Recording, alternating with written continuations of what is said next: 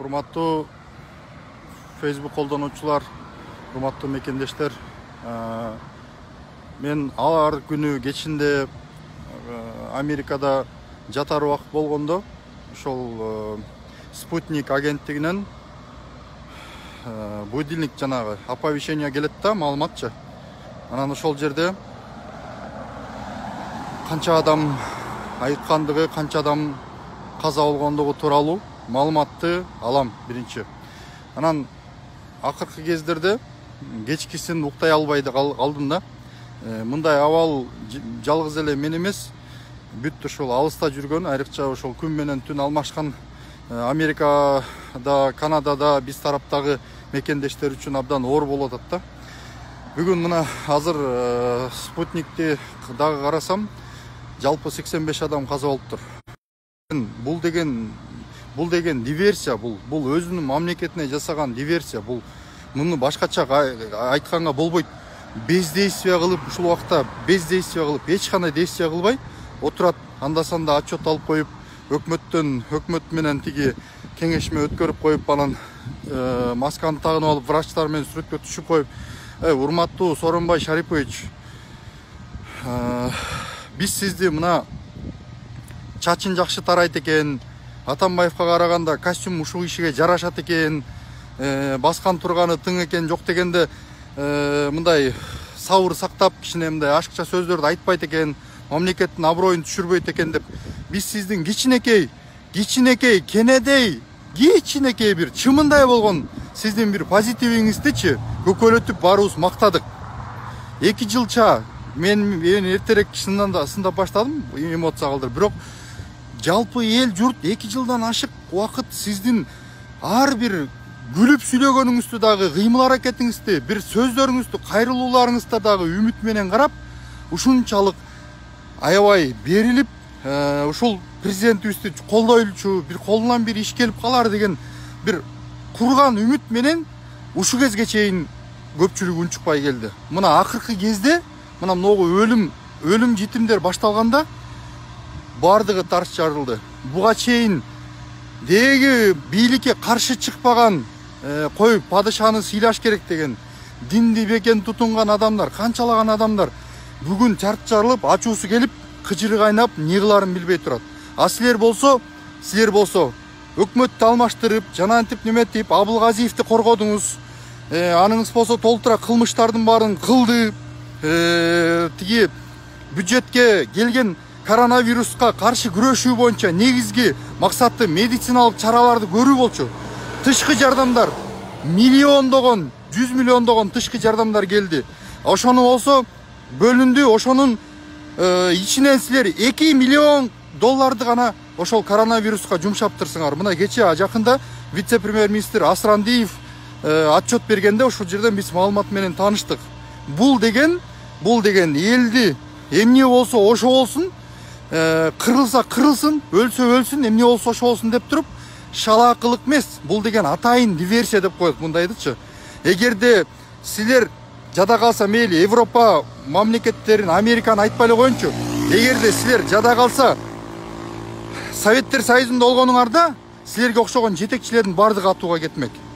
Урматтуу президент, урматтуу азык өкмөт башчы Боронов мырза, мына Абылгазиев, баарыңар силер мамлекетти ушул азыркы болуп аткан жанагы адам өлүмдөрүнөн массалык өлүмдөргө силер күнөөлүүсүңөр. Анткени силердин шалаакылыгыңардын айынан, чара көрүлбөгөндүгүнүн айынан, ошондой бири топту ары тээп, бери тээп ойногонуңардын айынан мына биз бүгүнкү күнгө келип атабыз. Мына карасаңар, азыр ушул кезде кээ бир коррупционерлер өлүп талып акча жасап атат. Адамдардын өлүмүнөн акча жасап атат. Кытайдан товар ташыганда Абусахи деген фирманын товарлары азыр ушу кезге чейин машиналар тиги тоскоолдуксуз өтөт экен. Казакстан тарап таможняны жаап, ушундай бир чараларды көрсө, биз ойлоп турбуз, тиги булар дагы тоскоолдук кылып жүдөтүп атат, ушу казак туугандарга өттү деп. Көрсөк, кептин баары өзүбүздү экен да. Урматтуу туугандар, бул президент бизге жакшылык кылбайт. Бул бийлик, мына президент деп атканымдын себеби, кээ бирлер айтат да, өкмөт дейт, жогорку кеңеш дейт. Жогорку кеңештин дагы, өкмөттүн дагы бардыгы ошо президент Сооронбай Жээнбековго баш ийет. Урматтуу туугандар, мен не себептен айтып атам? Биз бардыгыбыз эгерде чындап Кыргызстандын келечегине кайдыгер карабасак, эгерде мамлекет сакталып калышын кааласак, жок дегенде кичине болсо дагы ушул тенденцияны токтошун, басаңдашын кааласак, анда биз могундай акмактарды кет деп эле айтышыбыз керек. Бардыгыбыз. Бул не деген ушундук? Бир күндө 85 адам өлөт деген бул не деген ушундук? Буга чейин күндө 45тен 50ден 56дан адамдар бүгүн мына караба 85 адам бул кичинекей 6 миллион калк. Анын Кыргызстанда жалпы адамдардын баарын кошкондо 4 миллионго жетпейт дейт. Тышта тентип жүрөт 2 миллиону. Америкада, тияк Россияда, Россиянын бардык областтарында диаспораларыбыз бар. Бүт региондордо, бүт шаарларда кыргыздардын кафелери толуп кетиптир. Москванын баарында кыргыздардын бир жок дегенде 50дөй кафеси бар экен. Ошонун бардыгы, ошончо эл жүрөт, 50дөй кафеси бар. Ошо Москванын өзүндө эле болсо 100 миң деген кыргыздар ошо Москвада жүрөт. Өзүндө эле. Россияда жалпы миллиондон ашык адам жүрөт. Калгандардын баары тышта жүрөт. Кыргызстанда 4 миллионго жетпейт адам. Бул не деген көрсөткүч? Сырттагы өлгөндөрдү, жанагындай кордук көргөндөрдү айтпай эле коелу. Не деген күнгө келдик, туугандар? Биз буларды, бул акмактарды просто get жогол деп эле айтыш керек да. Жогол деп эле айтыш керек. Сооронбай Шарипович, давай арызыңды аш, жогол деп эле айтыш керек да. Мындан башкача сөз болбойт туугандар. Бул не деген ушундук? Ушундай убакта шашпай отуруп алып, отчет алып, жыргап, мылжыйып коюп отурат да, бирдеме деп кайрылуу жазып коюп. Еще уялбай бети жоктор, кошоматчылар бар. Аттарын айтпай эле коюн. Убагы келген айтам мен. Уялбай силер трайбалисттер чыгып алып дейт, биздин ажообузду кет деп атат, тигинтип атат, мынтип атат. Айланып кетейин туугандар, элдин бардыгын өзүңөрдөй ичи чирик, мээси чирик, арамза ойлобогула. Биз бийлигиңерди, мен ачык эле айтайынбы, бийлигиңерди бир жериңерге салып алгыла, чөнтөгүңөргө салып алгыла, тактың арга үйүңөргө апарып коюп алгыла. Бирок мамлекеттин муногу абалына азыркы жетекчи, азыркы өлкө президенти Сооронбай Жээнбеков баш оту менен жооп берет. Баш оту менен болбойт мындай, туугандар, болбойт мындай. Башкача билбейм, мен билбейм, сөз таппай атам. Бул не деген эмне деген шермендечилик эмес, биз трагедияда. Бүгүнкү күндө бул болуп аткан нерселердин баары трагедияда. Бул ушунча адам өлөт деген канча, мына кечээ жанагы кызыбыз мисалы жөн эле жерден эч жерге барса, реанимацияга барса албай коюптур. Машинаны алып барып туруп, машинабызды берелик, документибизди берелик, эмне залог десең берелик, айланайын реаниматорду бергилечи бизге десе, бербей коюптур. Бүгүн болсо деп кечирим сурап, тиги чара көрүп атабыз, тигиндей мындай дейт. Өлгөндөн кийин чара көргөнүңдүн эмне кереги бар? Адамдын баарын кырып салгандан чара көргөнүң эмне кереги бар? Кече бир канча мектептин директору болуп иштеген эжекебиз, менин Аяш апам болот экен, ошолчу мен бүгүн билдим. Апам чалып айтты, ушундай мен алтындай болгон классташым бар эле өлүп калыптыр. Күйөөсү көтен катар-катарынан каза болуп калыптыр. Күйөөсүнүн аркасынан аялы кошо кетиптир дейт. Не деген шундук? Биздин улутубуздун мындайча айтканда, орусча айтканда свет нации кырылып атат. Свет нации, түшүнөсүңөрбү? Биздин улутубуздун каймактары кетип атат. Күндө нейрохирургдар өлүп атат, инфекционисттер өлүп атат, мугалимдер өлүп атат, экономисттер өлүп атат. Жогорку кеңеште финанс экономика бөлүм комитетинде бөлүм башчы болуп иштеген Абдыкайым деген аксакал өтүп кетиптир. Мына канча кишилер кайгырып атат. Бул канчалаган адистерден ажырап атабыз. Биз жана берки бизнесмен, саясатчылар тим эле болочу. Канчалаган бизге аба менен суудай керек болгон, зарыл болгон, биздин мамлекетибиздин түркүгүн кармап турган адистер, айрыкча медицина кызматкерлери кетип атат. Биз ушунун бардыгына болсо анан кийин уялбай тиги кайрылуу кылып коюп отурат. Кайрылуу кылганыңдын эмне кереги бар чара көрбөсөң? Бул не деген ушундук? Кетсин да мындай бийлик, кетсин. Башкача чыдаганга болбойт мындай. Бул акмактарга чыдаганга болбойт. Просто болбойт да. Бул деген диверсия, мен дагы айтам. Сооронбай Шарипович, сиз өзүңүздүн элиңизге, Кыргызстандын элине диверсия кылып атасыз. Билип кылып атасызбы, билбей кылып атасызбы билбейм. Сиз диверсия кылып атасыз. Элдин ошол жашоого болгон булогу произвол судьбы деп коет. Тагдырдын моундай тайгак жолуна ыргытып таштап коюп туруп, сиз карап турасыз. Бездействие тоже преступление. Адамдын чара көрбөгөнүңүз бул сиздин ушу менен сиз мамлекетиңизге чыккынчылык кылмыш кылып атасыңар. Мунун бардыгы каргыш жетет. Ошон урматтуу бийлик, эгерде чын эле силер акыретке ишенсеңиз, урматтуу Сооронбай Шарипович, сиз чын эле акыретке ишенсеңиз, анда арызыңызды жазып берип туруп, кечирип, ийилип, кечирип сурап, ыйлап туруп, кайрылуу кылып туруп кетип калышыңыз керек. Тың балдар бар экен да. Мо бирөөңөр кел, бирөөңөр отургула, мо давай башкаргыла. Мен колуман келбей калды деп. Мамлекеттин тагдыры силерге оюнчук бе? Бул не деген акмакчылык? Биз кайсы күнгө келип калдык? Бизге бийликтин деле кереги жок экен да. Керек болсочу мамлекеттик аппарат олчойгон өкмөттүн аппаратын көрдүк. Абылгазиев кетип баратканда жайынап тим эле тизилишип 200ге жакыны чыгып алып туруп сүрөткө түшүп атышат. Бир аппаратта ошончо иштейт экен. Биз болсо көрүнгөн мамлекетте кайыр сурап, кайыр жолуп, самсалап, тиги бюджетибиздин жыртыгын жамаганга акча берип кой деп дагы жүрөбүз. Келген акчанын бардыгын бюджеттин жыртыгын жамаганга кетириптир.